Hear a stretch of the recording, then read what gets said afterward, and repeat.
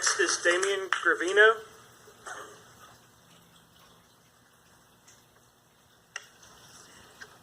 My name's Kim Feil. I live at 409 North Elm Street, and every time somebody talks about this is a neighborhood, it's supposed to be residential.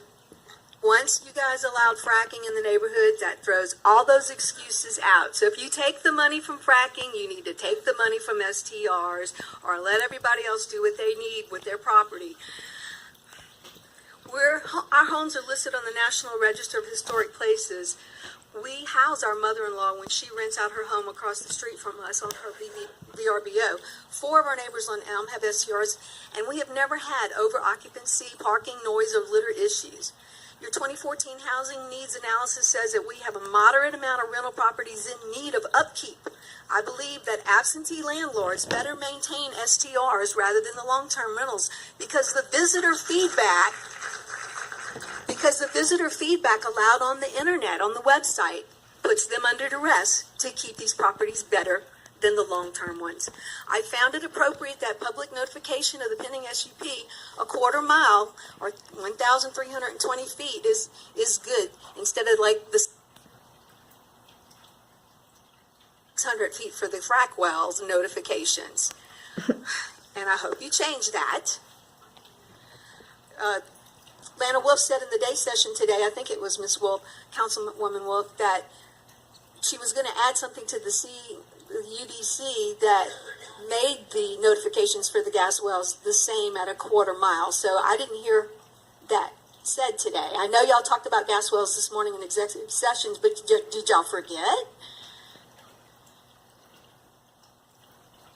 She said there's 3 in the hopper. That's some gas wells that are fixing to not get the notification out to a quarter mile. The 3 criterias that Jim mentioned earlier, of course, you know, the gas wells wouldn't have been there. So take that with a grain of salt. I am in support of allowing us to be able to come to you and ask for an SUP. Councilwoman Moyes remarked today how they need to be reviewed every 1 to 2 years. But then she also mentioned something about getting the 70% approval. We don't want to go there with the blackmailing. We've seen Chesapeake pay people for their signatures. We don't want to give people the opportunity to blackmail their neighbors. I'll be in support if you pay me. We don't want this opportunity. Just the fact that these permits will come under review twice every 2 years or every year will take care of that. I just don't want that to happen. I'm sorry, okay. So the ordinance has a fine of up to $2,000 for each unpermitted STR, and that smacks in the face of the $500 ones for the gas wells.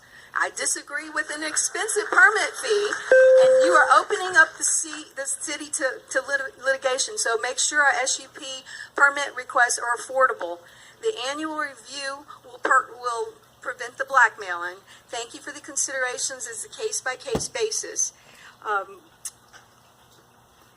appreciate you listening to my comments. Thank you. Damian Gravino.